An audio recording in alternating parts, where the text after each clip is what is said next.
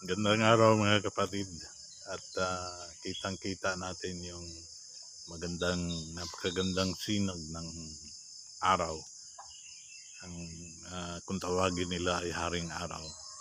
Yan, kitang-kita natin yun. Ang nangyayari kasi pag umuulan sa gabi, kinaumagahan napakaganda ang sinag ng araw. At yun ang hindi natin makakalimutan na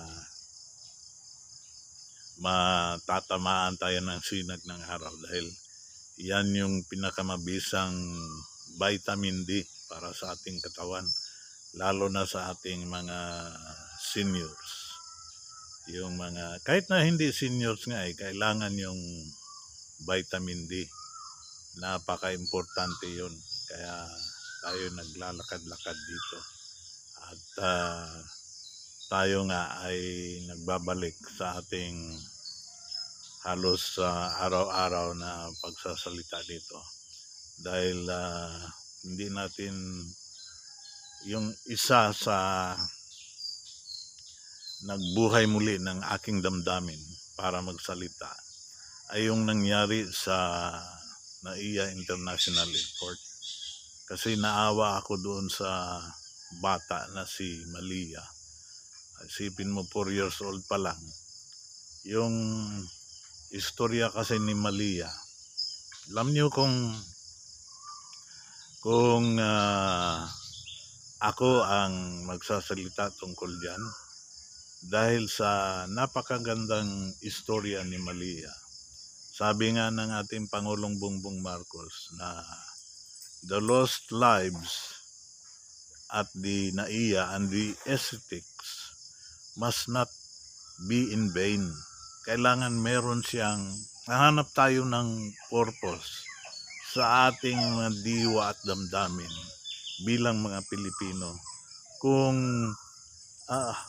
on how we can benefit still on those tragic incidents. Dalawa yung pinakamatinding nangyari sa atin sa ating mga kalsada.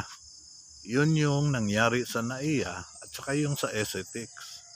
Ang isa doon, nakalimutan ko lang ang pangalan nung isang nagdadalamhating ama na nagiging biktima, yung kanyang mag-ina doon sa aesthetics. Sipin mo yan. Yan ay isang napakalaking, yung mga pangyayaring yan ay kung iisipin mo ay nagdudulot sa atin ng isang napakalaking pahiwatig. Kaya tayo na may nasisiyahan at sabi ng Pangulo, lahat ng mga kalukuhan diyan, yung mga yung mga imperfections in infrastructure engineering. Isipin mo, nangyari doon sa NAIA. Bullard lang yun Bullard lang yun. Bullard na bullshit. Substandard Yun sana ay napigilan. Napigilan yung kung tawagin ay sudden unintended acceleration. Pero kung iisipin mo naman, hindi naman unintended yun kasi merong human error nga isa din yun. Aside from the infrastructure engineering, substandard materials being poured out. Isa din yun yung disiplina natin mga driver. Kaya nga ngayon, noon, dahil sa may takot din tayo sa mga pangyayaring yan Dahil nga ngayon, ang sabi ko nga sa mga kasamahan kong driver at vloggers, magdasal tayo ng proteksyon at patnubay ng Panginoon bago tayo mag-drive. Kasi nga napakalaki ng responsibilidad nating mga drivers sa ating sarili, sa ating pasahero o mga pasahero at saka yung mga kapwa natin na tumatakbo dyan sa mga highways. Dito nga lang, dito, itong napakahabang highway dito sa bukid. Bundok ito. Pero ang lalaki ng mga truck na dumadaan dito na rumaragasa, sobra-sobra sa 60 kilometers per hour ang takbo ng mga driver na yan. Yan, isa yan sa mga disiplina. Doon sa ibang lugar, abot sila ng 80, siguro abot pa ng 100 kilometers per hour ang kanilang speed limit doon. Pero dito sa atin, dahil nga sa mga masaklap na pangyayari sa mga highways natin noon, so nagtatag ang ating pamahalaan dito sa Davao City na 60 kph. Ay yung mga tumatakbo dyan, bukid nga ito highway. So mas malakas yung nagpapatakbo dyan ng mga sasakyan nila, sobra 60. So isa yun, napaka-basic yun, napaka-simple yun. Mas mahina ang takbo, mas malalayo tayo sa mga disgrasyang yan. Yung sa NAIA, wala pa nga hindi nga highway yun masasabi mo na off-road yun Kasi nakaparada lang yung isang SUV doon, tapos ewan ko kung ano nangyari sa driver, may nakita daw siya. Sa CCTV naman, wala. Ano yun? Dapat talaga, imbestigahan din yun. Ngayon, itong mga biktima na sumisigaw na ng hustesya. Tingnan mo yan. Paano yan? So, kailangan talaga unang-una disiplina.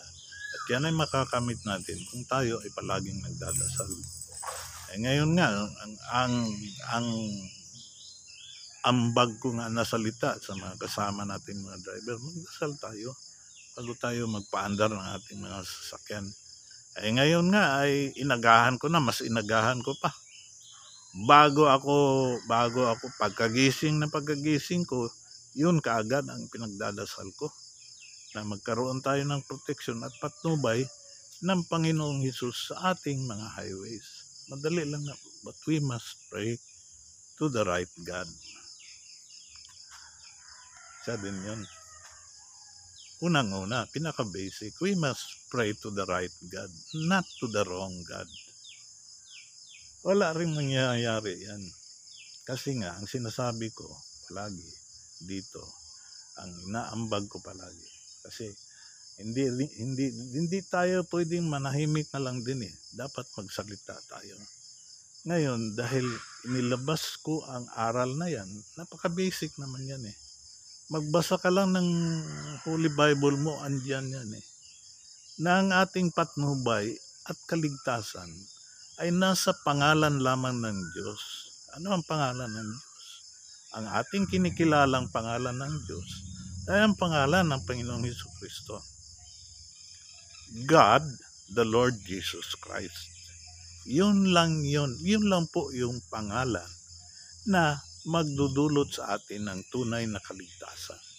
Yan lang ang ibinigay sa atin na pangalan na magdudulot sa atin ng tunay na kaligtasan on and off the road. Ang pangalan ng Panginoong Hesukristo. Hindi ko naman ito pinipilit dahil nga tayo ay magkaiba ng paniniwala. Ito, kung pwede lang naman, ay doon sa mga naniniwala. Kasi, kung mas marami tayong nagdadasal, mas marami ang maidudulot natin, maibahagi natin na kaligtasan sa ating mga kasamahan.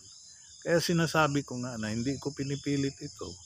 Pero, dahil ipinangaral ko na ito, ngayon, kung hindi naman kayo konforme dito, dala pa rin ninyo ang aking dalangin at dasal na sana tayo sa araw na ito ay magkaroon ng kaligtasan on and off the road. Marami pong salamat at sana ito ay nakakatulong